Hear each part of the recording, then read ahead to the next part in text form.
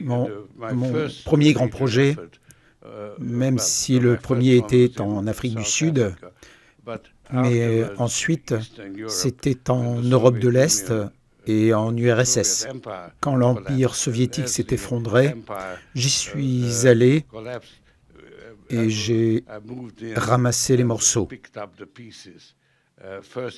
D'abord en Hongrie en 1984, en Pologne en 1987 et en Chine également en 1987.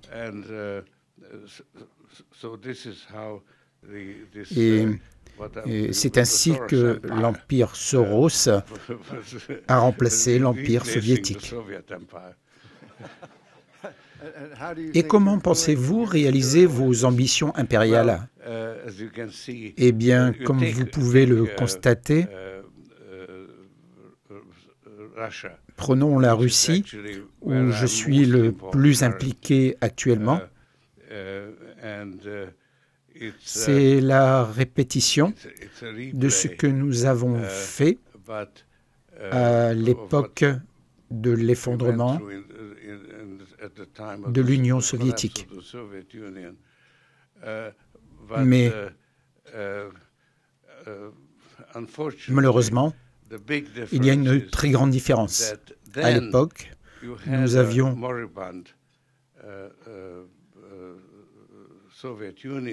une Union soviétique agonisante,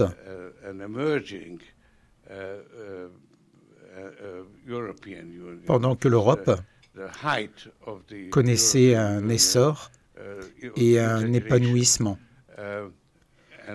Et maintenant, c'est l'inverse. Vous avez une Russie qui ressurgit et malheureusement une Union européenne qui se désintègre.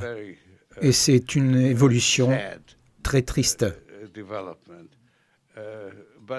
Mais je pense que notre fondation, par son implication, a apporté une contribution que je considère comme couronnée de succès, grâce notamment à mon engagement prioritaire en Ukraine. Et une nouvelle Ukraine est apparue, pleine d'aspiration à faire partie de l'Union européenne et de devenir un pays démocratique européen. Et les personnes derrière tout ceci, presque tous, sont d'une manière ou d'une autre liés à la Fondation Soros,